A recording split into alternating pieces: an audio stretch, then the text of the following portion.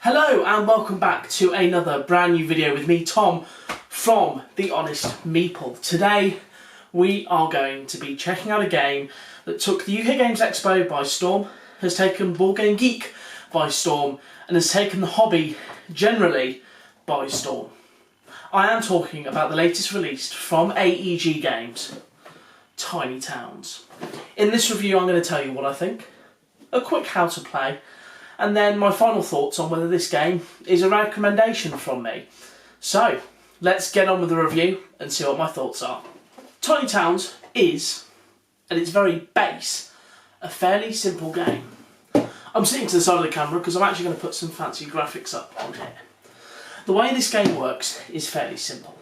You are a group of animals in the forest, and you, unfortunately, don't have many buildings, and you need to make sure that you build your tiny town as quickly as possible, but being careful because it's such a small space that you're going to have to make sure you utilise each space as effectively as possible to make sure all of your buildings that you want fit into your town. This small space is shown by a 4x4 grid. This essentially is your player board. On this board you will begin to start placing resources which are displayed by the cubes and also the cards if you're using the Master Builder variant. There are two ways to play this game, which I'll get onto in a minute. Essentially the way this game works is you draft a resource, you then place it anywhere onto your 4x4 grid, as you can see in the photo here, and then as you build them up you will have certain buildings that you can build. Those buildings are built by putting these resources, specific resources, in a specific pattern. You can see on the cards for the buildings that each one has a certain pattern with different resources that build it up. Get those resources in that pattern and you'll be able to build a building on any of the squares that a resource may have been on for that building. Be careful, however. Start in the middle and you'll end up building buildings and not leaving enough space for you to fulfill other patterns. You can see on the cards the buildings actually have specific effects. Those effects will change throughout the game. What's really nice about the game is that it comes with lots of different variations, so there's no lack of strategy or planning within this. As mentioned, there are two variants to this game, and that surrounds the element of drafting. The first way you can play is by going around in turn, calling out a resource, and all players will take a specific resource, the one that you've mentioned. For example, if I said brick, everyone would take a red cube. However, the next person may go, actually I want wheat. Then you'll all have to take wheat. The trouble with this, and the reason I'm not a big fan of this variation, is there's a lot of hate drafting that goes on. When I first played this, saw that my girlfriend was trying to build a chapel, and I knew exactly what resources to say to stop her from building it. Unfortunately, I'd run out of space to build anything. So you kind of get to a point where some players that were kind of, they've reached the end of their town, they can't build anything else, will then start to call out specific resources that are going to screw over the other players. And to me, you lose the competitiveness a little bit. It goes a bit too far. The other variant, which I much prefer and I think is actually superior to the other variant, is that of the Master Builder. Essentially, you will use the resource cards, as shown earlier, and these resource cards are drawn in turn, one after the other. You'll draw two, and then on the third time in which you're meant to draw them, you will actually get a free choice of a resource. This means that there's a lot more fairness to the game. People aren't going to be taking and calling out resources that they don't need but know will screw over the other players.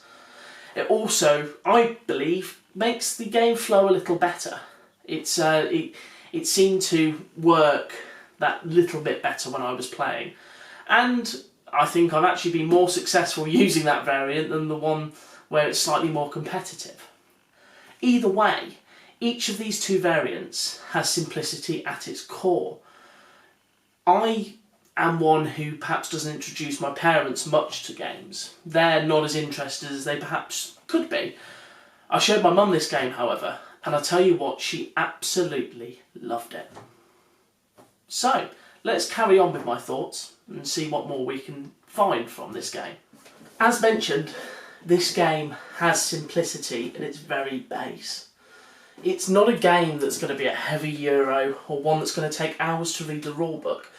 Yes, the rulebook is thicker than you would imagine for a game, but a lot of that is taken up by all the different effects that the cards produce. A kind of reference guide, if you'd like to call it that. Apart from that, I got into this game in no time at all, as has everyone else that started to play it. Within 10 minutes you'll have a base of the rules, within 20 you'll be playing, and within 30 you'll be a dab hand. And I love games like that. I really want to look for games where I can simply get a group of friends together, sit them at a table, perhaps friends who aren't that into gaming or have never really explored the hobby, and give them an experience that they can take away and go, actually, I really like that. We're always looking for new people to join the hobby, and I tell you what, they've hit the nail on the head with this game. This is one that's going to get a lot of people to the table. I mean, it's testament to the game that at the UK Games Expo, it was pretty much sold out within the first couple of hours, and I can see why. It's a beautiful theme. The artwork fits nicely with the story as such. There's not much story to it, but I guess you don't need a story with a game this lightweight. The fact that you can play this game within 30 to 40 minutes is, again, another testament to its simplicity. You can play it solo. I haven't played it solo yet, but the people who have said actually it's not too bad. Not the best, but alright. As mentioned, I'm not that much of a fan of the first variant in which you can hate draft and you draft the different resources going around the table. I much prefer the Master Builder variant, and I strongly urge you, if you get this game, to do that first. You'll get a much better experience from it. But again, that's just my opinion. Would I recommend this game? Absolutely, 100% yes. I cannot rate this game highly enough.